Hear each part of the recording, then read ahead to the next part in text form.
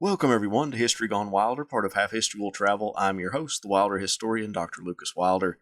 This episode begins my largest series of animated battle maps yet.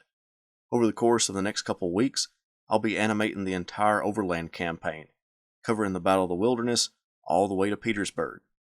At that point, I'll begin the Atlanta Campaign, covering the engagements from Dalton to the capture of Atlanta itself. After that, I'll be returning to the Eastern Theater and covering the Siege of Petersburg. I think this project will take me through the end of the year, then I'll begin the Appomattox Campaign in 2025. If you'd like to help support the channel, I'd greatly appreciate it. You can join the Patreon page, purchase something from the Teespring store, Etsy shop, and share the videos. It's your support that allows me to animate these battles. Thank you.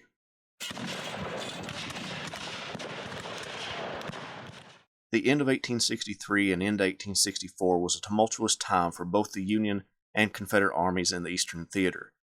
Commander of the Army of the Potomac, George Gordon Meade, was able to keep his army supplied well in northern Virginia. Railroads and waterways allowed supplies to pass into his lines, which boosted the morale of his army. Despite re-enlistments, his army was still depleted from the 1863 campaign season. Two of his corps were detached for service in the West. He would combine the corps he still possessed into just three. The 1st and 3rd Corps would be split up and divided amongst the other corps. What remained was the 2nd Corps under Winfield Scott Hancock, the 5th Corps under Governor K. Warren, and the 6th Corps under John Sedgwick. Soon the Army of the Potomac would be augmented by the return of the 9th Corps under Ambrose Burnside. That corps had been sent to Vicksburg, then took part in the East Tennessee Campaign, before returning to the Eastern Theater and the Army of the Potomac. However, Burnside at one time commanded that army. By proper military hierarchy, he couldn't take orders from Meade, who was his junior in rank. That problem would be solved in the spring of 1864. Ulysses S. Grant, fresh off a string of victories at Vicksburg and Chattanooga, was promoted to lieutenant general, meaning he held rank over all commanders in the entire United States Army. Grant would make his headquarters with the Army of the Potomac. Burnside's 9th Corps would answer directly to Grant instead of Meade. When Grant came to Meade's headquarters, Meade feared that Grant would relieve him of command, and even told the new general-in-chief that if he felt the need to replace him, to not hesitate. Grant calmed the general's anxiety by stating that he didn't plan on replacing the army commander. However, Grant did replace his cavalry commander, Alfred Pleasonton. The cavalryman performed poorly and many were dissatisfied with his actions, so Grant removed him and replaced him with Philip Sheridan, whom Grant had known in the Western Theater.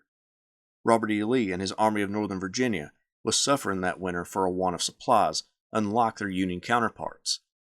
Pleas to Richmond for food and equipment went unfulfilled. Lee's army had been depleted by illness, battles, and sending units to other theaters. James Longstreet and his 1st Corps had been sent west and helped Braxton Bragg win the Battle of Chickamauga, before clashing with Bragg and being sent to attack Burnside in East Tennessee. Longstreet failed to dislodge the Union forces around Knoxville and would return to Lee on April 20, 1864. Lee now had his 3 corps together, the 1st under Longstreet, the 2nd Corps under Richard S. Ewell, and the 3rd Corps under A.P. Hill, amounting to a little over 60,000 men. Grant possessed twice the number of Lee, and now that spring was beginning, Grant began to plan for the upcoming campaign. He and his friend William T. Sherman in northern Georgia would launch simultaneous attacks in May 1864, Sherman against Atlanta and Grant against Lee toward Richmond. In the Eastern Theater, Grant had 2 options. He could try to outflank Lee to the west, but it would be more difficult to supply his army going that route. If he assailed Lee's right flank, he could supply his army using railroads and waterways that crisscrossed the landscape. Easily he chose that route. The Rapidan River separated the 2 armies, and from atop Clark's Mountain, Lee and his corps commanders, Longstreet, Ewell, and Hill, overlooked the landscape below. Lee concluded that Grant would move against his right, and that when Grant moved, they would move.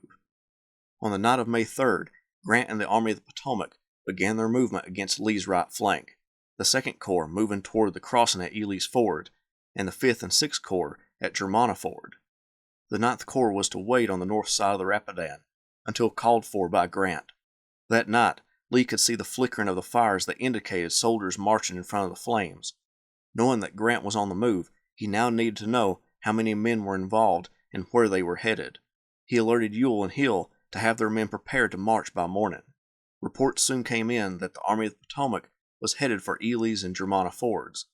Leaving Richard Anderson's division of Hill's Corps and a few other units from Ewell's Corps to guard the original line, Lee ordered Hill and Ewell to the east, hoping to engage with Grant in the thick forest of the Wilderness, where his numbers and superior artillery would mean less.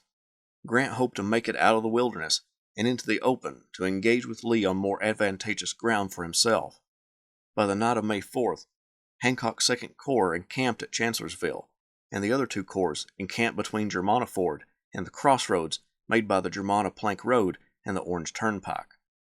Ewell's Corps encamped on the Orange Turnpike and Hill's on the Orange Plank Road. Longstreet's corps had been called up by Lee, but it would be some time before he caught up to the other two corps. On the morning of May 5th, the two armies moved closer to one another. Philip Sheridan, the commander of Grant's cavalry, depleted the front of horsemen because he didn't want to disperse his men, plus he wanted to concentrate his forces against Confederate cavalry near Fredericksburg.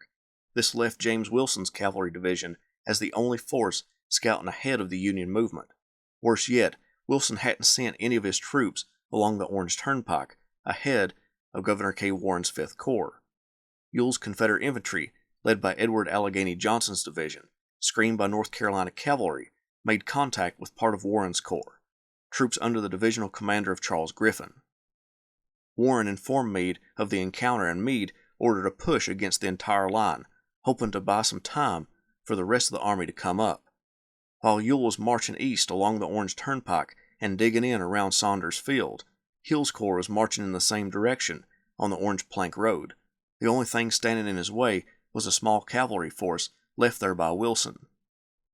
Hill's lead division under Henry Heath threw out William Kirkland's brigade to drive back the Union horsemen. The fight was particularly bloody because the cavalrymen were armed with Spencer repeating carbines, which put up a steady fire into the slow-moving battle line of Kirkland. The 5th New York Cavalry lost and then regained Parker's Store, a vital road junction, before Crawford's division approached the junction. However, they didn't attack. They instead found good ground and waited. At the same time, part of Wilson's cavalry, under Colonel George H. Chapman, engaged with Confederate cavalry under Brigadier General Thomas L. Rosser. The cavalry battle raged, with the Gray troops launching a couple of charges, but were ultimately driven back. Within Warren's corps, chaos was reigning. He was attempting to follow Meade's orders, but his divisions were not properly aligned. Griffin, Wadsworth, and Crawford had large gaps between their lines, and Warren wanted them filled. So he ordered Crawford to move to the right to connect with Wadsworth's left, but Crawford, hearing heavy gunfire to his front, didn't want to risk the movement. Griffin at Saunders Field was ordered to move against the Confederate position, but didn't want to attack across the open field. Before the movement across the Rapidan, Grant pledged to Meade that the Pennsylvanian would fight the campaign in his own way. However, Grant became restless as he expected fighting to occur, but nothing was materializing. At least nothing to any significant degree. He began to ride along the roads over which the Union Army marched, and found Ricketts' division of Sedgwick's 6th Corps by the Rapidan River. Here he broke his pledge and ordered Ricketts to the front, not aware that Meade had ordered Ricketts to guard the right flank. Grant also ordered Horatio Wright's division to the Orange Turnpike. Feeling that that area was now going to be secure, Grant and Meade turned their attention toward the Orange Plank Road. Hill's troops were heading east, and his lead division under Henry Heath pushed the Union cavalry toward the intersection of the Orange Plank Road and the Brock Road, another vital location. Grant and Meade took the last division of Sedgwick's corps under George Getty and sent it in that direction.